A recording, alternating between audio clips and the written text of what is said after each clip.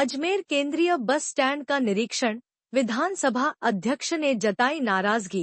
विधानसभा अध्यक्ष वासुदेव देवनानी ने अजमेर केंद्रीय बस स्टैंड का औचक निरीक्षण किया। इस दौरान अतिरिक्त जिला कलेक्टर सहित तमाम प्रशासनिक अधिकारी भी मौजूद रहे।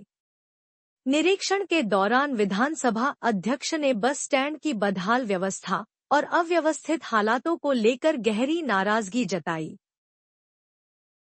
किया, अधिकारियों को कई निर्देश भी दिए और सफाई व्यवस्था इन चीज़ों को लेकर नाराजगी भी हमने जताई है। सब क्या कहेंगे? रोडवेज बस स्टैंड काफ़ी समय से जनता अपनी पीड़ाएं बता रही थी, उसको लेकर के आज सारा जिला प्रशासन, निगम और जयपुर से परिवहन विभाग के अधिकारी भी आए।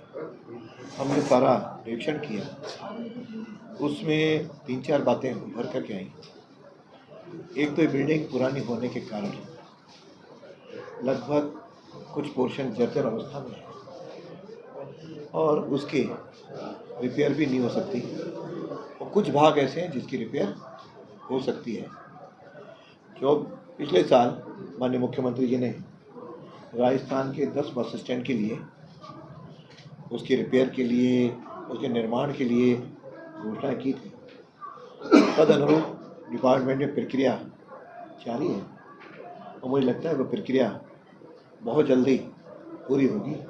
तो कल इनकी बोर्ड की मीटिंग है, उसके बाद मंत्रिमंडल में जाएगा प्रस्ताव, जल्दी पूरी होगी। लेकिन जब तक वह घोषणा पूरी हो उसे कोई समय भी लगेगा।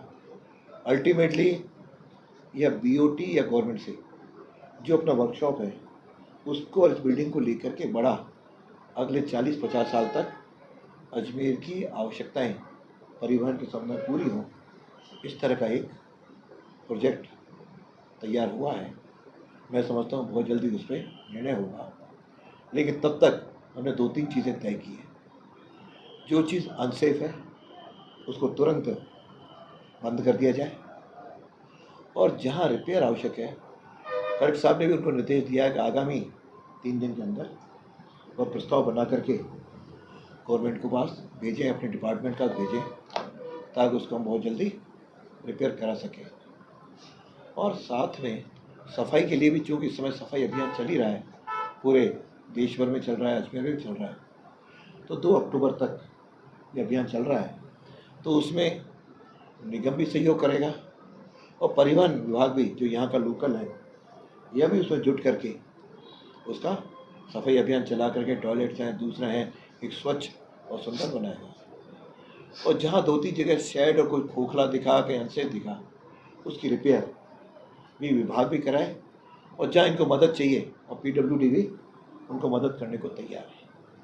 कुछ विषय निगम और बोर्ड के बीच में है, उसका भी हमने समाधान लगभग कि उसको बढ़े हैं। तो लगता है कि यह चीज़ जल्दी आगे बढ़ेगी।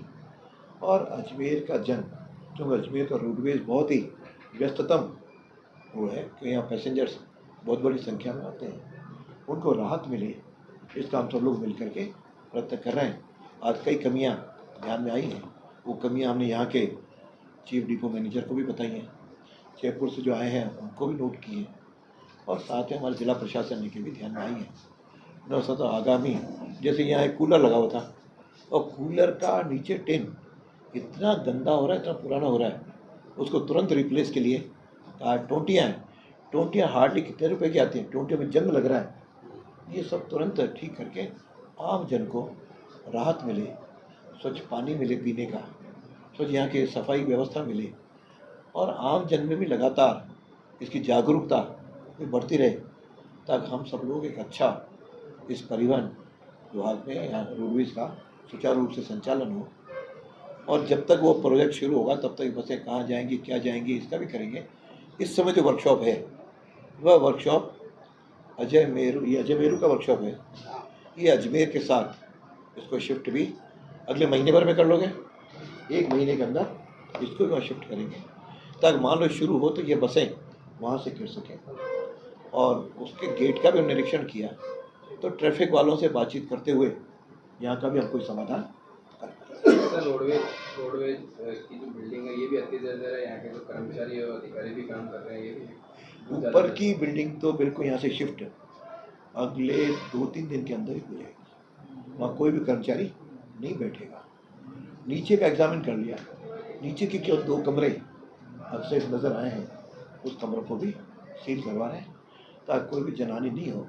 क्योंकि जब तक ये निर्णय हो जाएगा, रिपेयर हम अभी टेम्पररी करा रहे हैं, लेकिन अल्टीमेटली ये बिल्डिंग नहीं बननी है, तो उसके लिए जितना मिनिमम आवश्यकता है वो कर